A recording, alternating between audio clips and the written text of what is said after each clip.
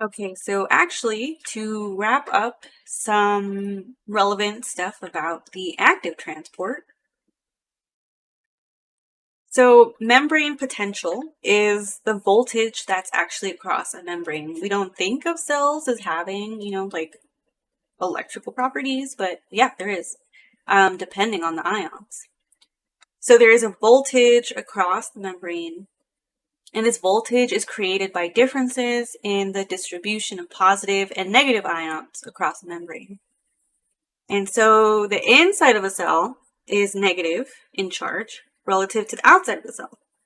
And so that means it favors passive transport of cations into the cell and anions out of the cell. So remember, cations, my favorite way to remember cations are positive because cats are cute and positive. And anions are negative. So if the cell is already negative in charge, then cations that are positively charged are going to kind of want to go into the cell. And then anions that are negatively charged are kind of going to want to go outside of the cell. So there's two combined forces that are together called the electrochemical gradient, and they work together to drive the diffusion of ions across the membrane. So there's the electrical force and then the chemical force. So the electrical force is the effect of the membrane potential, so that charge on the ion's movement, if it's going to go away or into the cell.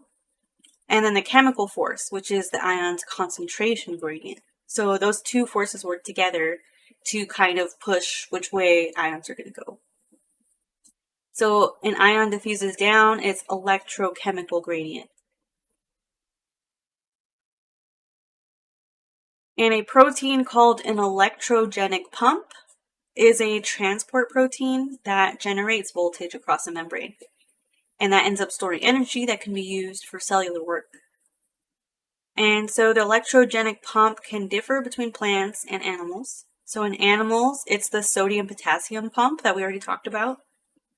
And in plants, fungi, and bacteria, it's the proton pump. These are both electrogenic pumps that generate a voltage across the membrane. So in plants, fungi, and bacteria, it's the proton pump, and that transports hydrogen ions out of the cell.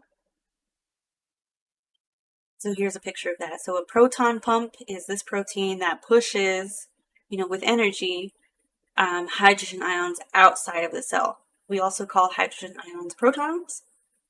And so it pushes it pumps it out of the cell. And that causes that difference across the membrane so that this side is more positively charged and then this side is more like negative. That voltage across a membrane. And so there's another mechanism too called co-transport. And so that happens when you use active transport of one solute, and that indirectly drives transport of other substances. So you're kind of like using energy to push one molecule one way, and that helps drive other molecules to cross. So you're co-transporting things. So the downhill diffusion of a solute is coupled to the uphill transport of a second substance against its own concentration gradient.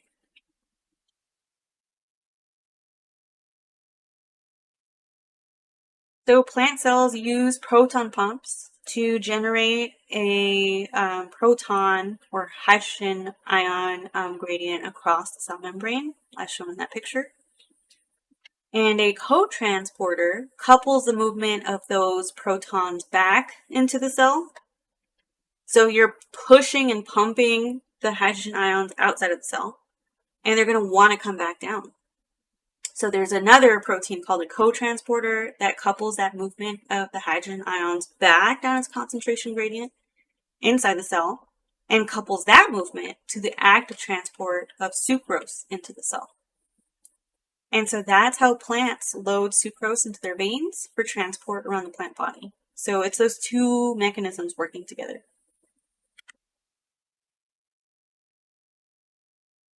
So having this pump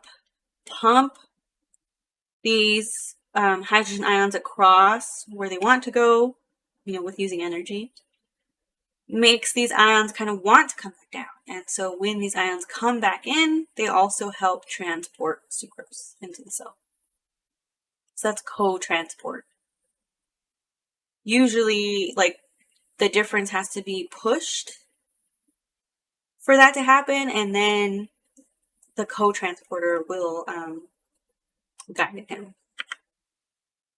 So animal cells use a similar co-transporter to couple the active transport of glucose to the diffusion of sodium into the cells lining the intestine.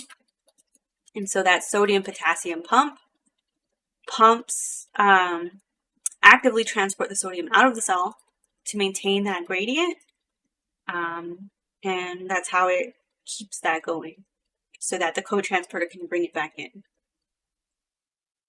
So normally sodium in waste is reabsorbed in the colon to maintain a constant level in the body. And so when a person has diarrhea, waste is expelled too fast for reabsorption. So this causes the sodium levels to drop. And then that means not enough glucose can come in to the intestine. So having this prolonged can have a rapid drop in sodium and can be life-threatening. So to help combat that, drinking a concentrated salt and glucose solution helps enable uptake through that sodium glucose transporter in the intestine. So usually like Pedialyte or Gatorade, it has glucose, sugar, and some salt. And so that helps bring these things back to normal. Again, things, make a difference. So those were still related to active transport because the co-transport is only possible with the active transport of a different protein. And so lastly, category 3, so there was active transport, passive transport, and those are for smaller molecules. For larger molecules, your cells use bulk transport. So large molecules like polysaccharides or carbohydrates and proteins cross the membrane in bulk inside vesicles. So we did talk about vesicles in a tour of the cell. They're kind of like little transport pods. And so there's 2 kinds of bulk transport. Exocytosis. Exo means outside. That's spitting out stuff outside the cells. And then endo means inside, and so you're taking stuff into the cell. So we'll talk about each one. So in exocytosis, the cell will usually make something, and after budding off from the Golgi apparatus, these vesicles, these transport vesicles, will go to the membrane, carried along microtubules, fuse with the membrane, spit out their contents to the outside of the cell, and then now that protein or whatever it is that's made can leave the cell or communicate or whatever it has to do. So many cells that are make something to secrete it, so secretory cells, use exocytosis to export their products. So for example, cells in the pancreas will make insulin and then secrete it by exocytosis. So that insulin can go throughout the body, do its job. And then endocytosis is basically the opposite. So macromolecules are taken into the cell in vesicles. The membrane forms a pocket that deepens and then pinches off, forming a vesicle around the material for transport inside the cell. And there are actually 3 kinds of endocytosis, so 3 ways of taking in something. There is phagocytosis, or cellular eating, penocytosis, which is cellular drinking, and then receptor-mediated endocytosis. So in phagocytosis, a cell basically eats something, engulfs a particle by extending pseudopodia around it and packing it in a sac called a food vacuole. So this might sound familiar. We talked about vacuoles as also part of the membrane, or a tour of the cell, sorry. So in phagocytosis, a cell engulfs a big particle, extending the pseudopodia around it, takes it in, forming a food vacuole, and then that vacuole can fuse with lysosomes to digest that particle. Another type is called penocytosis, and so in this case, molecules are taken up when extracellular fluid is gulped into tiny vesicles. So it's taking in not just like one thing, it's taking in like an amount of extracellular fluid, and in doing so it also takes in solutes. So it's kind of like cell drinking into tinier vesicles. And so this is non-specific. It's not specifically taking in one of the solutes. It's kind of just taking in whatever's floating around in nearby. So it's non-specific for the substances it transports. Any and all solutes that are there are taken into the cell. And then the parts of the plasma membrane that form these vesicles are lined on the inner side with coat proteins, forming coated vesicles.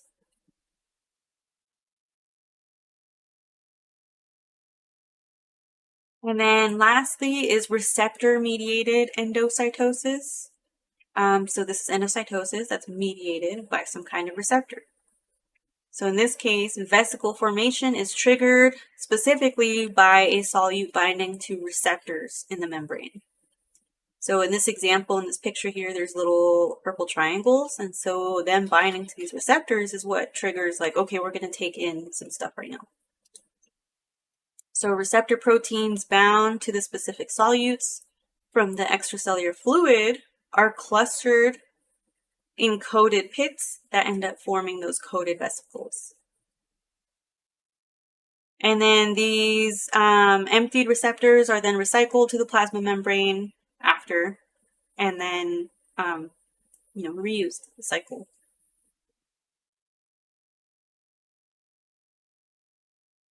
So an example is how human cells use receptor-mediated endocytosis to take in cholesterol from the blood.